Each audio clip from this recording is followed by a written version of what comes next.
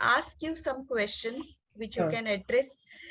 Before we go, just I want to introduce even AYG Academy, which is working for Ayurveda, Yoga and Garbha Sanskar. These three science together under one umbrella. We are trying to provide knowledge about Ayurveda and Yoga and Garbha Sanskar, which are mainly preventive science. And we have offered many courses of all the courses related to this three sciences. Mainly our signature course is prenatal, postnatal yoga and Garbha Sanskar. And now it's been 500 plus yoga teacher and health provider have been trained under this AYG Academy. Now we'll begin with you, uh, Vd.Gauri. Can you please share a little bit about yourself again to all our uh, audience and students? So over to you. Thank you so much, Vaidya Nutan. And it's my pleasure, talking to you, Nutan, and, being in the same, we're in the same college and things, it just brings back a lot of beautiful memories back, definitely. So just a little about me in a nutshell. I did my BMS degree from University of Mumbai. I got my master's in nutrition. I went ahead and became a registered dietitian here, and I'm a registered licensed dietitian here in Texas. I'm also a certified diabetes educator. So I see a lot of patients and clients specifically for diabetes, education, weight management, and things as well. I do a lot of the Ayurvedic therapies as well here in our practice. I'm also a licensed massage therapist. So what we do is a very integrative platform that we have. So we can provide, it's an overall, what do you call a holistic approach, not just looking at Ayurveda or just nutrition, more holistic, more overall approach that we have. And one of the things I also do is that I have a podcast called as Wellness Bites with Gauri, and you can find that information on my website as well. I also have a YouTube as well, where I have these episodes, as well as I share some of the recipes and things as well. I've co-authored 2 books. One is called A Primer on Ayurveda, which is specifically for dietitian, nutritionists, as well as healthcare professionals, which specifies, goes over the Ayurvedic nutrition part. And I have co-authored another book. It's called Yoga and Ayurveda, A Path to Health and Wellness. And both these books are available on Amazon. So just as a nutshell about that. And I'm very passionate about Ayurveda as well as nutrition. That is one of my key aspects that I focus a lot on. Yes, thank you so much. I used to see all your YouTube videos and a lot of things which you share on Facebook as well. So I do also have some inspiration, indirectly, although we are not in touch after college. But I do feel like, being an Ayurveda doctor, people thinks, when we were studying, that where we will be going and what is our future. So you have created definitely different marks for and the inspiration for all Ayurveda doctor and Vaidya who want to go abroad and settle and study. So we would like to know also what is your journey? Means you have already shared what you have done, but then is Sure. this journey is easy, or I know it's not easy, but still I would like to hear from you. True. So it's, one of the things that when I thought about when I came here was, what is it that I can do, which I can offer, with my background in Ayurveda. So one of the things that really when I was researching is that the aspect of nutrition, because in Ayurveda, everything we believe is food, right? Food is basically the key part in Ayurveda as well. So the closest thing that came close was nutrition. And that's when I researched about it. And, I gave my GRE and everything, that's one of the requirements for a graduate degree here in the US. So I gave my GRE, I got my admission into the master's program, and I wanted to not just have masters, but be able to actually use that in practice. So, then after doing my master's, I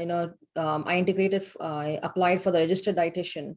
These are clinical courses that I had to do. And then we had clinical internships, just as we had for the Ayurveda. our Ayurveda course, we had a clinical internship here as well to be a registered dietitian. And the next thing is that you have to, once you're doing that, once you've done with that, the next part is then you have to get ready for a board certification exam, which is a national exam for the registered dietitian. And I went ahead and gave that. Once you have that, then you can apply for being a licensed dietitian, whichever state you have. Then I was in, worked in a couple of hospitals around in Dallas, Fort Worth area in their outpatient department as well. I work for endocrinology clinics as well. I got my specialized board certification again in diabetes education as well. And that's how I was doing, is that I was working there. And then, down the line when I was working, one of the things that always struck me is that, only if some of these patients and things I was seeing is that only if somebody told them 3 or 5 years ahead, that only if you could work on the preventive aspects, some of the things they can actually prevent. And that basically inspired me to start my own company, which is the Ayurveda Nutrition. And basically that has been my journey, is that, integrating Ayurveda and nutrition and spreading the awareness about how Ayurveda is so important and helps a lot with our overall wellness as well. And integrating that with the modern nutrition and creating a synergy between these two sciences as well. Exactly. So my next question is related to this only. What is the difference between Ayurveda nutrition and modern nutrition? So how people will find, whom to approach or what to do exactly? Should we go with the Ayurveda guidelines, or should we just go with the modern advices? So having studied both these sciences, I will tell you that each has its own beauty. So Ayurveda, the Ayurvedic aspect or the Ayurvedic nutrition aspect. See, in Ayurveda, when you think about the concept of ahar or food, right? Ahar is not just what we eat through our mouth. Ahar is also something that we all experiences through all the 5 senses as well. Ahar is basically also something, whatever we see. So it's that basically the concept of, what affects the body affects the mind, and what affects the mind affects the body. And then Ayurveda is very heavy, or gives a lot of focus, especially on the gut health, right? So the concept of Agni, that our digestive fire. So in Ayurveda, we say we are what we digest, which goes even much beyond than what we eat. It's more about we are what we digest. So when we digest things properly, that means we are able to absorb those nutrients correctly. And that means we are able to form those tissues and things within our body, and that creates more of the balance and the synergy. So Ayurveda, focuses a lot on the digestive health, the Agni, the concept of Agni. And one of the key concepts of Ayurvedic nutrition is creating a balance with, having food from all the 6 different tastes. So there's Madhur, Amla, Lavan, Katu, Tikta, and Kashai, right? So when you have food from all these different tastes, basically you're creating a balance in our foods. And that is on a daily basis, we want to create that balance. Okay. Now, Ayurveda also goes beyond that. What Ayurveda says is just not important on a daily basis that you want to create a balance with our food, but a seasonal aspect, right? That means we want to eat according to the seasons as well. So again, making sure that, we are creating that balance with, creating foods that are more in and available in that season as well. Okay, that is one of the key aspects. And the third important thing I will tell you is when it comes to Ayurveda and the Ayurvedic food, is that the concepts of the gunas, right? So different foods will create a different impact based on the gunas, about what those gunas are, whether it's heavy, whether it's light, whether it's snigdha and things like that, right? So these are all the aspects that Ayurveda, talks a lot about. While modern nutrition talks more about, you have the different macronutrients, you have carbohydrates and proteins and fats and calories and things. Now, both these are important, while Ayurveda presents a more individualized aspect, more personalized aspect, because Ayurveda believes that we want to have or eat things according to our Prakruti or our dosha types.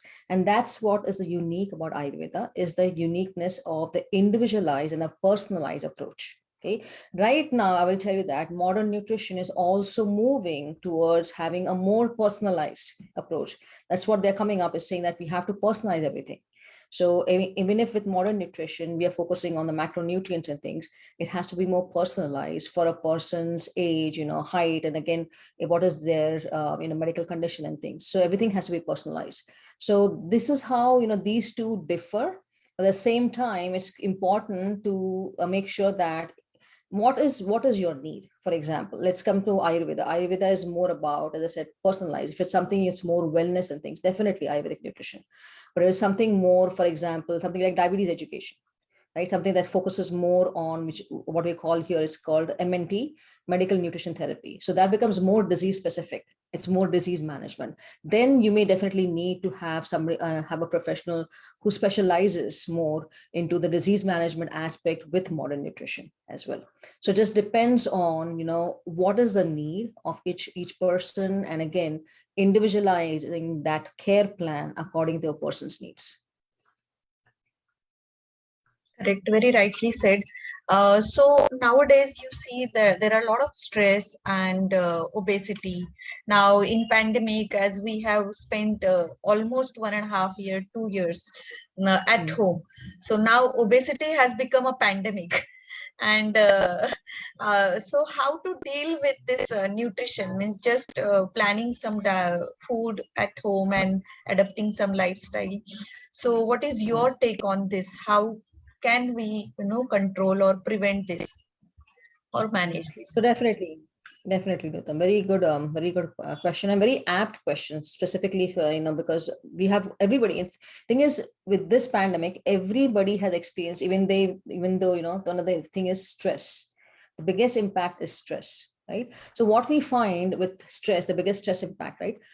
With stress, you remember that when we are stressed out, what happens? We release a lot of the stress hormones, right? Now, stress hormones, keep in mind that the more longer we are under stress, the more of these stress hormones we create, and it creates more of what we call chronic inflammation in the body. Okay. Along with that, when we are stressed out, what do we do? A lot of times there's more stress eating associated with that, right? So again, stress eating, then can affect our metabolism. It can slow it down. A lot of times it can create more insulin resistance and things as well. So again, when you think about stress, it's that important that we have to manage stress every day. We experience stress every day, so we have to take time to manage our stress. And it can be as simple as, what I say, a very important thing I say, it's me time. 30 minutes of me time. Important thing that we have, all of us have to keep it on our schedule, is that making sure that we manage our stress. So again, it can be yoga, it can be meditation, it can be listening to music, but something that we do for ourselves that will help us to release that stress. As a result, that means it can increase our energy levels better. Secondly, that means it helps with our sleep, because that's the other thing with the stress, is that sleep gets affected as well. And a lot of times people don't realize is that the more later they sleep at night, a lot of time it does impact the overall metabolism.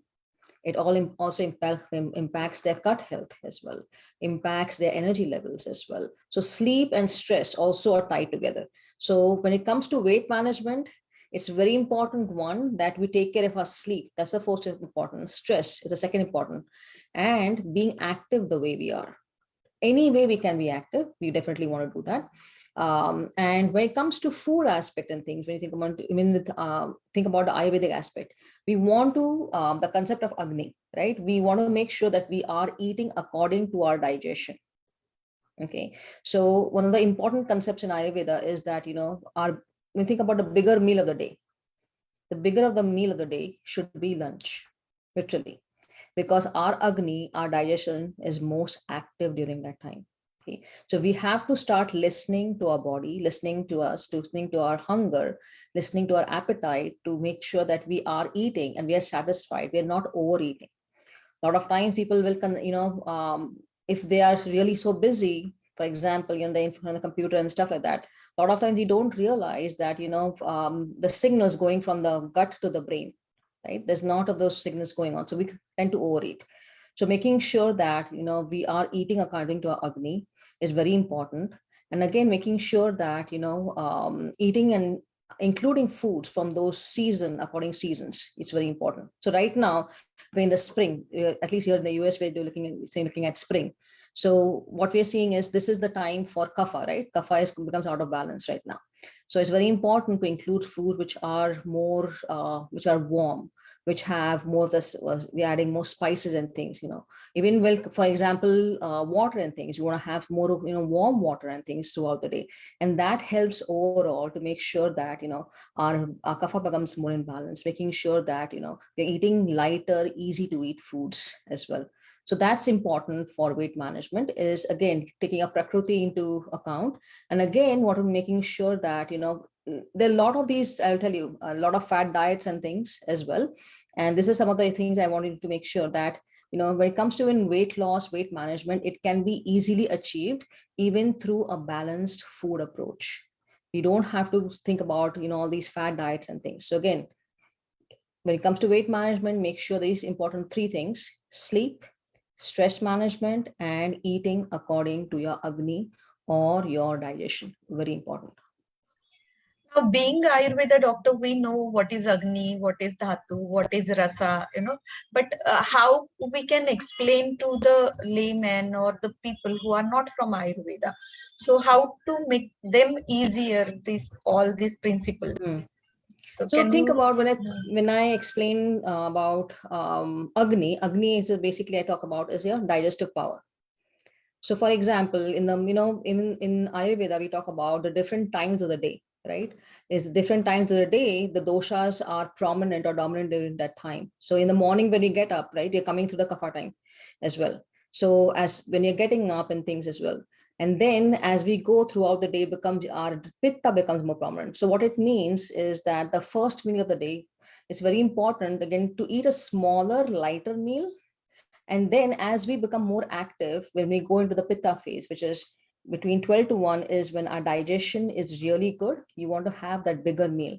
A lot of times, the biggest mistake, a lot of times I see people doing is they skip a lot of times the lunchtime, or they'll have a very small or light meal. And they end up having a really heavy meal at dinner time. Now, keep in mind, in evening, our digestion is lower. Our metabolism is slower. So we want to have more lighter meals in the evening as well. So even following the simple, path of the dosha clock, what we call, as to which time the day, which time the day of doshas are more prominent and dominant, even following this simple dosha clock also helps us with, making sure that our Agni, our digestion is functioning correctly. So the simple way of thinking about Agni is our digestion, is thinking and understanding how well are we digesting food. So once we eat our meal, think about in the next half an hour, how do we actually feel? Are we feeling energetic, or are we feeling bloated, or do we have to go to the restroom? How are we feeling? That means, what did we have in that meal that made us again feel or have some of those symptoms? So that gives us some of the clues or cues for our digestion as well. Yes. So you said about Prakruti as well. So this is again another concept which we generally, being Ayurveda doctor, we are very well known about this. Mm. So I do take some courses how to, explain Prakruti concept. So Mm. can you just guide a little bit from your point of view? How we Sure, sure. can tell that somebody to identify their Prakruti, typical some So signs, symptoms. So I'll give you just a little some hints and things, because when you think about the actual Prakruti, you want to do it in person, or even for example, we have certain questionnaire and things for them to look at and things. So when you look at Prakruti, what we say in Ayurveda is that Prakruti is defined at the time of birth, right? So and Prakruti is defined also based on which doshas were more dominant at that time as well. Now, Prakruti also tells us that what is more individualized for that particular person. So just as we have our fingerprints, right? They are individualized for us. Every person's fingerprint is different. So the same thing on Ayurveda concept is that we talk about that the Prakruti is individualized for every person. So every person has all the three doshas, the Vata, Pitta, and Kapha. But which dosha was more dominant at the time becomes your Prakriti. So one way of looking at, I'll just give you simple examples about characteristics typically. Now, it may not be possible to go very deep into what is exactly a person's Prakriti, but just in a simple example. So let's say, for example, a typical Vata person. So how Ayurveda has described a Vata person, this person who's Vata, is more tall, more lanky, his bones are more protruding. A lot of time there's more dryness, dry skin, dry hair and things, right? I mean, if you think about for this person, when you think about his mindset, he keeps jumping from one thing onto the other, right? So that he's not he gets distracted very fast. If his vata goes out of balance, becomes anxious, nervousness and things comes very fast. Maybe for this person, for vata prakriti, also think about is, when it comes to digestive issues, bloating and things, is constipation, some of the things that he may experience. For a person who's pitta, pittas are more like medium stature overall, but again, their digestion, their agnis are the best among all the three categories, right? So for a pitta person, this person is very passionate about. So you'll find that people who are passionate, they're very passionate. They are want to do their, like, what you call doers. All the time. They are now, one typical characteristic of a pitta personality is that since they have a very good digestion, they have a very high metabolic rate as well, is that they're hungry really fast. So what it means, they eat something at 8 o'clock, by 10 o'clock they're hungry, okay, because the digestion is really well, okay. Also, they're very reactive as well at the same time, okay. So they react to different people, different personalities and things as well. For a kapha prakriti, okay, kapha prakriti may be more heavy stature and things as well. For a kapha personality as well, when you think about, when it comes to the immunity factor, okay, amongst all the three dosha types, kapha has one of the best immunities as well.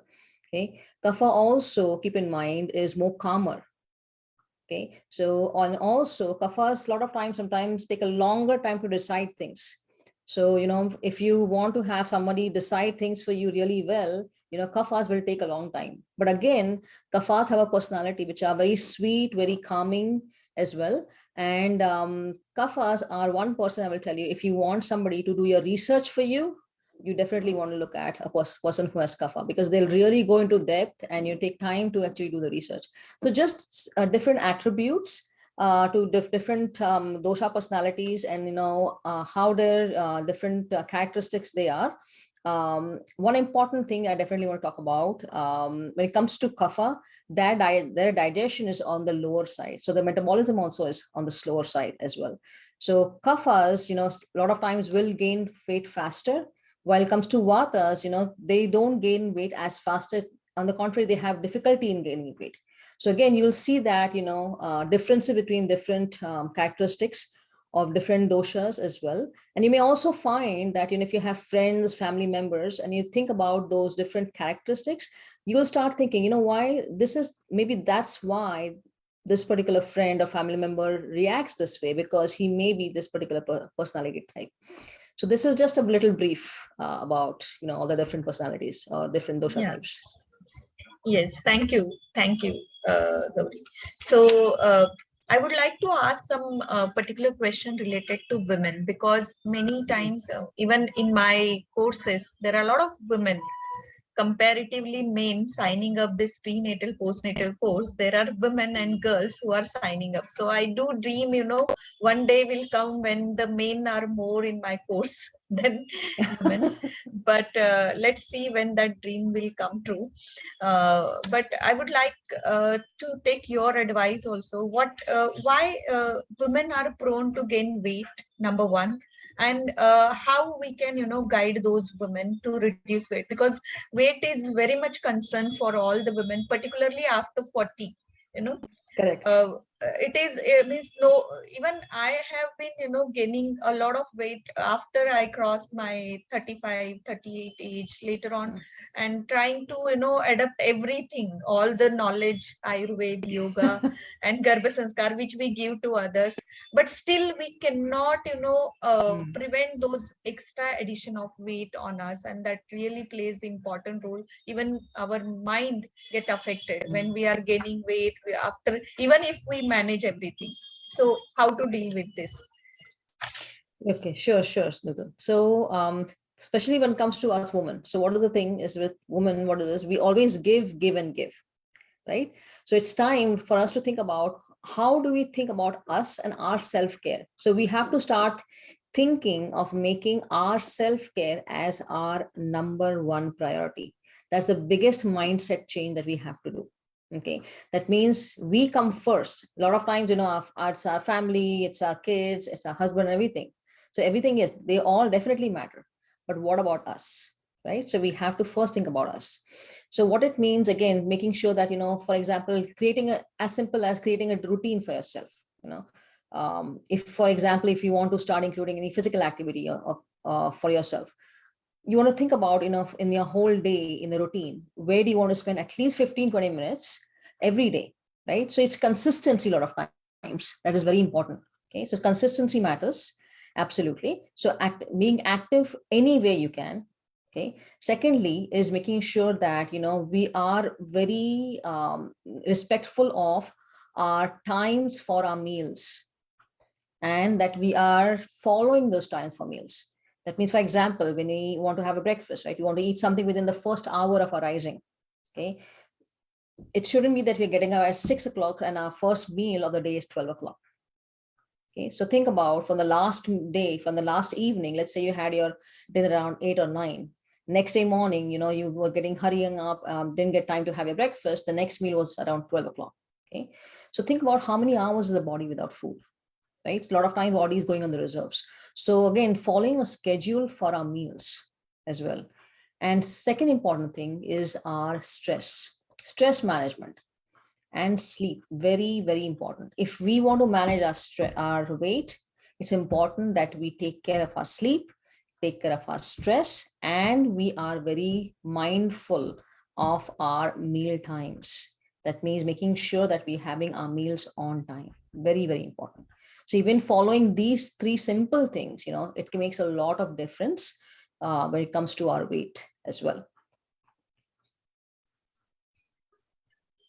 Would you like to say something about this opposite food, Viruddha Ahar, which is again very important principle in Ayurveda? We haven't been, lined up this question, but Very good. spontaneously it arised in my mind. So if you Sure, want sure, to say, sure. because there are a lot of So, confusion, on yeah, YouTube channel, if you go on YouTube channel and type Viruddha Ahar, you will have so many other so different many different views. things. Yes. Okay. So what is exactly to follow as a So think nutritionist, about, and you have studied this widely, so your views really matters, which is authentic. Yes. So, Viruddha Ahar, when you think about that as well, one of the things about Viruddha Ahar is we want to think about one of the things they have talked about in, when Charakan thing has given up about different, combination foods, what you call about, right? Different combination foods that we want to have different food combinations. And the important reason for that is because keep in mind, different foods digest at a different pace. That means it's very important to understand that we don't want to have our fruit with our meals, or you want to just have a salad for a meal. Okay. So what is important, again, second important thing I want to talk about, smoothies. And it's a big rage and things. But in Ayurveda, one of the things we talk about is that we don't want to combine fruit and dairy, fruit and yogurt together. Okay. If you want to eat fruit separately by itself. Because the important thing is different foods digest at a different pace. That means the fruits, if you're going to combine it with, let's say, our salads, let's say our foods and things, it's going to be in our gut for a longer time. It may go under fermentation and things. The same thing with our, meats and meat products and things as well. Be mindful about when you're having, if you're consuming things like chicken and things, right?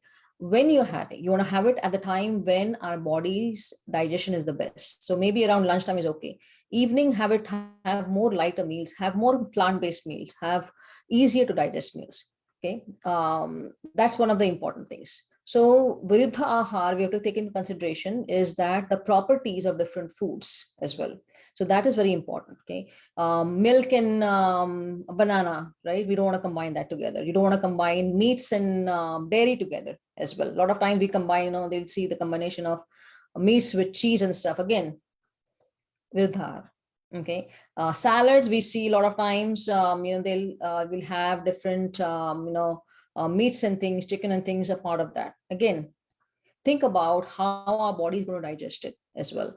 So again, it's smaller servings of salads and things are still okay, I will tell you that.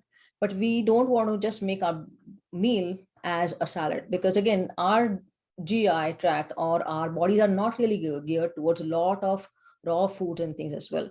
So again, with the way we grew up with, when you think about our thali, right? We had all the different foods, right? And we think about, for example, even our salad, our kachumbar, or koshimbir, what we call in Marathi, right? It was how much, like 1 or 2 tablespoons maximum. It was not, the whole plate was not a salad, correct?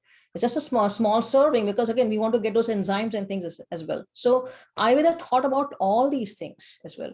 So it's important that even simple things you follow is that you don't want to combine your cooked and uncooked foods together as well, right? So that's something you want to think about. So simple things, keep a yogurt separately. If you're doing a yogurt, do it at more at your lunchtime.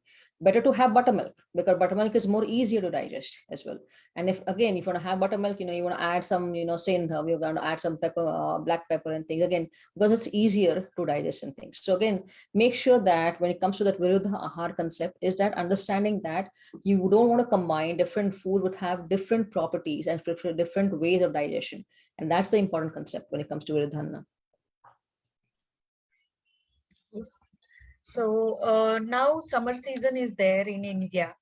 What is particularly food and lifestyle to adapt? So I think this will be last question from my end, and I request all our participants here and Facebook audience to put their questions. Just one request: do not ask any personalized, therapy oriented question. For that, you can definitely connect us, and even Vd.Gauri, who can answer you or connect through her different way of getting appointment and all that. So here you can ask generalized question. Yeah. So yes, Gauri. Yes. Okay, so in like the summer right now going on in India, right? So very important, one of the things what happens in summer is that you start feeling very hot. So as a result, people want to drink water and stuff, right? But what people do, they start drinking a lot of cold water. Okay, remember that a lot of cold and things can be counterproductive. Okay, so you want to definitely drink fluids and things, but again, don't drink cold water. Okay, don't have cold foods. That's very counterproductive for our agni and digestion. The more you have, you will see that the more cold foods you have, your digestion will be lower. Okay, so again, one important thing is that at least have room temperature things. Don't have your, let's say, water and stuff. At least have room temperature. Don't have, what do you say, cold foods and cold waters, and at least during the summer. Then the other important things is even for example, look at what foods, right? So foods and things, you see, even Mother Nature provides for us, right? So whatever fruits do you see? We see more watermelon, melons and things, right? So we want to have foods, you want to have a lot of the vegetables that are available in the season. So what's available in the season? Whatever fruits, whatever vegetables you have in the season, have them more. Okay. The same concepts I would say is that, again, eat according to your digestion. Make sure that everything is according to your agni. So your bigger meal as lunch, smaller meal or the lightest meal at dinner, and a smaller medium size maybe would be your breakfast and things as well.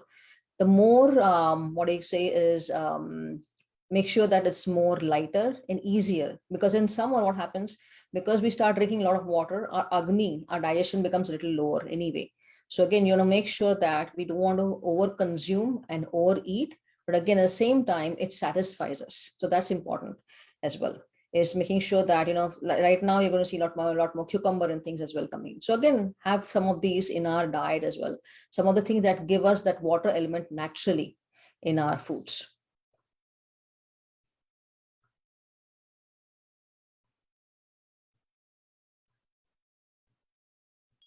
There are some questions in the chat box. If you can see, so I'm reading one of the question. It is related to same that Kirti is asking about, ma'am, does Ayurveda prescribe warm water to drink? I guess you have answered here. However, in summer, it feels difficult. So So what's important, I understand that in summer, you don't want to have warm water, but at least have your room temperature water. Okay. Easier thing, if you like, if you have the copper pitcher or something, then you can put the water in there and drink the water next day. Or this very easy thing that in summer is the water from the matka, right? So the earthen pot that we have, put water in there, and that actually cools the water very naturally, actually. So that is really a good aspect to have, is having that, the water from the matka as well. It's very cooling and very satisfying at the same time. So I understand, yes, in summer you may not want to have warm water, but at least at a bare minimum, just do at least your room temperature water as well. True. So there is another question related to dairy product. Another debatable topic.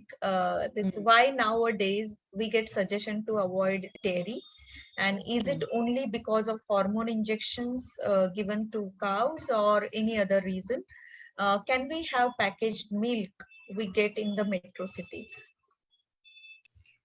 So I'm not sure, what the different brands and things are, but they're different. Even when it comes to dairy, you have, at least here in the US, what we have is we have milk coming in from two different. We have the A1 and the A2. So A2 is protein. These both are types of proteins. So A2, the cows that produce the A2 milk, and I think in India it is the Ghee cows. So the A2 milk is more easier to digest compared to the A1. And that's why a lot of times what people find is that, with the A2 milk is that, the inflammation and things is lower in the gut compared to the A1. So again, the reason that there's a lot of these, controversies and things is because what you call how our gut is reacting to these proteins as well. So again, even an A2 would be a better option for a lot of us as well, because it's more easy to digest. So one important thing that Ayurveda talks about, even there's a very beautiful way that Ayurveda has talked about, is how do we actually consume milk. So Ayurveda has talked about that we want to always boil our milk. And if you want to make it even easier, we can add our, couple of the peppercorns, our black pepper, so that, the enzymes in the black pepper make it easier for our body to actually digest that milk. So when you're boiling, you want to add a couple of, those peppercorns, so that, the milk becomes easier and it's easier for the body. So again, that's the basic difference between the A1 and A2, is the type of protein and how actually a gut reacts to that protein. That's why different people may have different reactions to it as well. And the other important thing when you think about modern nutrition, keep in mind that in order for our body to digest, the lactose that comes from the milk, we have to produce an enzyme called as lactase. And as we grow older, what happens is we produce less and less and less of this enzyme, even naturally as well. So again, depending upon the person's age, so, small kids are able to tolerate milk and things better compared to the adults. It's because they have a lot more lactase production compared to the older adults as well. So that is also something to take into consideration, your age. And packaged milk and things, again, in the US, we guess, we get mostly packaged milk, but it's as long as we're able to do that A2 milk, or you're able to boil the milk, we do the best what we can. If you're getting fresh milk, nothing beats that, frankly speaking. But again, fresh is always better than packaged. Now you stay in US, and there are a lot of people even from Western countries advises, and when Indian people also visit a Western country, and there is a one word that is vegan, people are converting into vegan. So basically being in Ayurveda, we can't go directly to vegan diet Correct. and all that things. Milk is Correct. milk, Correct. which you get from the cow. So how we can advise, or what are the ways to convince them or tell them that okay, there is no problem in milk, it's your So what perception. So what it is, what I've seen is, so because everything is, keep in mind that it's because it boils down to a person's choice, like what they want, for example, right? Now, when it comes to veganism, is basically they want to make sure that don't want to have any other animal products and things, right? Now, in Ayurveda, one of the things that we really emphasize a lot is, for example, ghee, right? So ghee is something, again, it is definitely an animal based product, but ghee in Ayurveda is considered agneya. That means it increases the agni. At the same time, it helps to actually even balance out our pitta as well, vata as well. But even through modern nutrition aspect, there are two important things that ghee actually has. So ghee has something called as butyric acid. So it actually helps to replenish our GI tract. And second thing, what it has is something called as CLA, which is conjugated linoleic acid, which is considered anti-inflammatory. So again, ghee again has a lot of these, even through modern nutrition, we have that. So even if you look at, different research studies and things that are based with ghee as well, you find that, a lot of times, it's easier for the body to digest ghee as well, but depends upon, again, every Prakruti. So, pitta will digest better than, vatas again, and kaphas, maybe have a smaller quantity. So again, these are some of the things. Buttermilk, right? So buttermilk has a lot of importance in Ayurveda as well, right? So if any people ask, is there a probiotic aspect in Ayurveda? So yes, we do. Buttermilk is an example of a probiotic in Ayurveda, which is considered very good for our gut health and our digestion as well. So again, when it comes to people who want to be a vegan, again, I believe that, it's basically every person's choice. So depending upon if you want to include some of the things, that's fine. But again, it's I always say it's every person's choice what it is. Correct.